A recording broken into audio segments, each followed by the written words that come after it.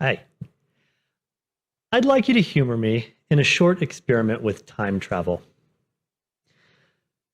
I want you to go back in time and imagine yourself as one of our earliest human ancestors, before we as a species even developed language. How would you communicate? How would your life be different if you couldn't simply vocalize your hopes, your needs, your simplest thoughts? It's hard to imagine such an existence because for most of us, we are born into a sea of language. From the moment we draw our first breath, we are absorbing the sounds and the words around us.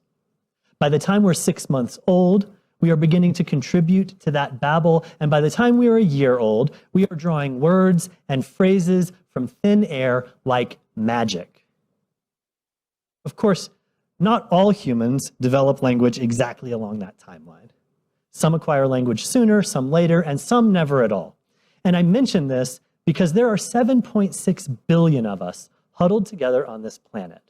And our theme for tonight is unity in diversity, and I think it's important to recognize and celebrate all of the diversity in that population.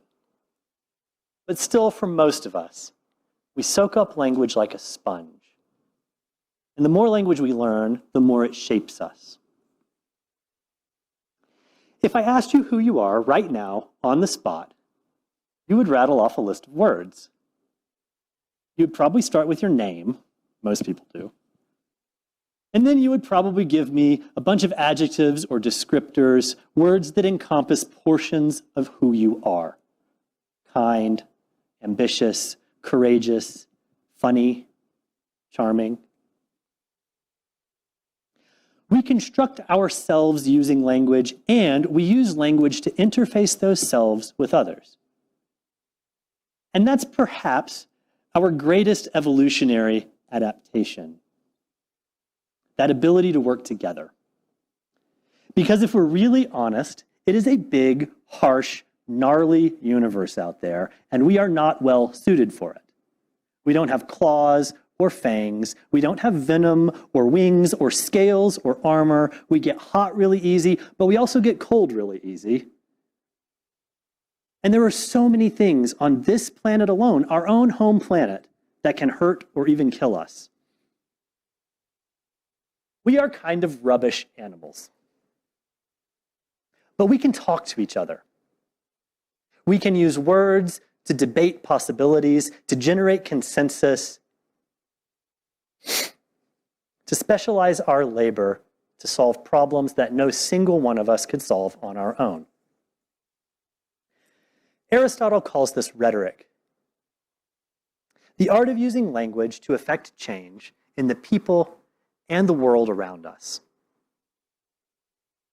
Now, for many of you, that term might carry some negative connotations. You hear the word rhetoric and you think lies, deceitfulness, bias, twisting the truth, empty, hollow words. To be certain, that's a danger. Rhetoric divorced from ethics has led to some of our species' greatest crimes and atrocities. But rhetoric also offers great potential. It's through rhetoric that diverse groups of humans can build overarching unities while still respecting the individual, unique perspectives within a group. And that's an incredibly powerful ability. Take, for example, a group of friends trying to decide where to go for dinner. Our first friend wants to go to the Ethiopian restaurant over on 4th Street. Our second friend has been craving tacos from the taco truck around the corner. And our third friend, a vegetarian, prefers to host dinners at his apartment to ensure that his dietary needs are met. With 3 different perspectives, how do they decide? I mean, with 7.6 billion perspectives, how do any of us ever decide anything? The least complicated answer is for one of the friends to step up, take charge, and make a decision with the others falling in line or being excluded. This creates what we call homogeneous unity within the group. Difference is suppressed in pursuit of a single goal or path forward. We're going to the Ethiopian place, and if you don't like it, you can stay home. Homogeneous unity has held significant appeal throughout our history because by flattening difference, it creates a semblance of stability.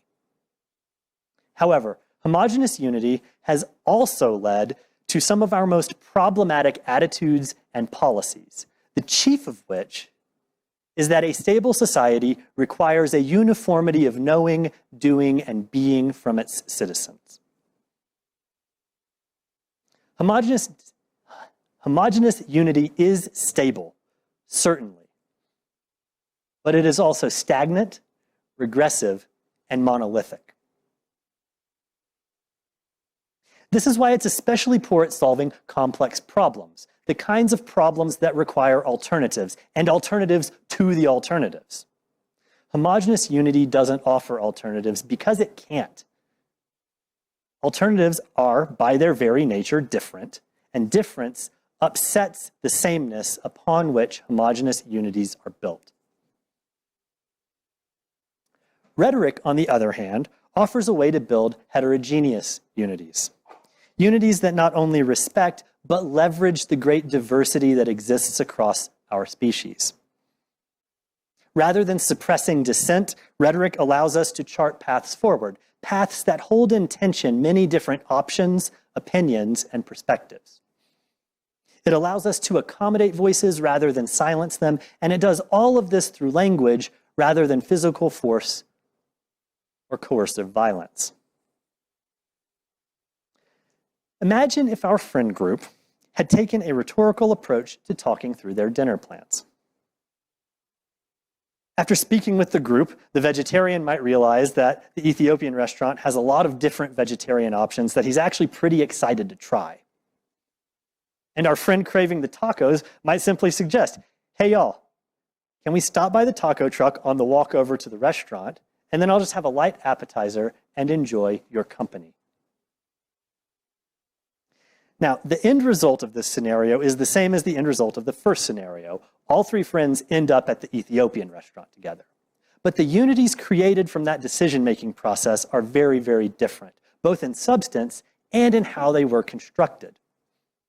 In the first scenario, the homogeneous unity scenario, two of the three friends probably felt pretty excluded, their perspectives completely devalued in the decision-making process.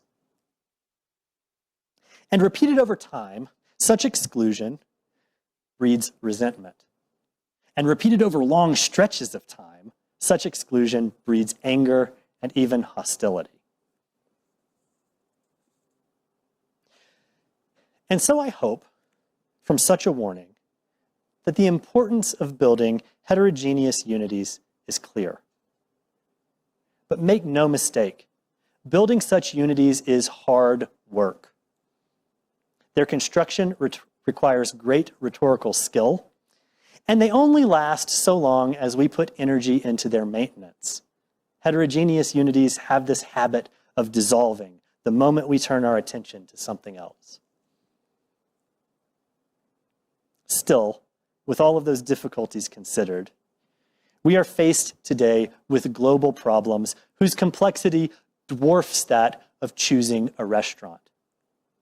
These problems are absolutely dire, and there are no simple or straightforward answers to them. They require dynamic, multivocal solutions built on diversity and trust rather than coercion and suppression. They require heterogeneous unity, built and maintained through rhetoric. Because there is an awful lot of work to be done in this world, and an awful lot of words to be said. So I suppose it's time we all start talking. Thank you.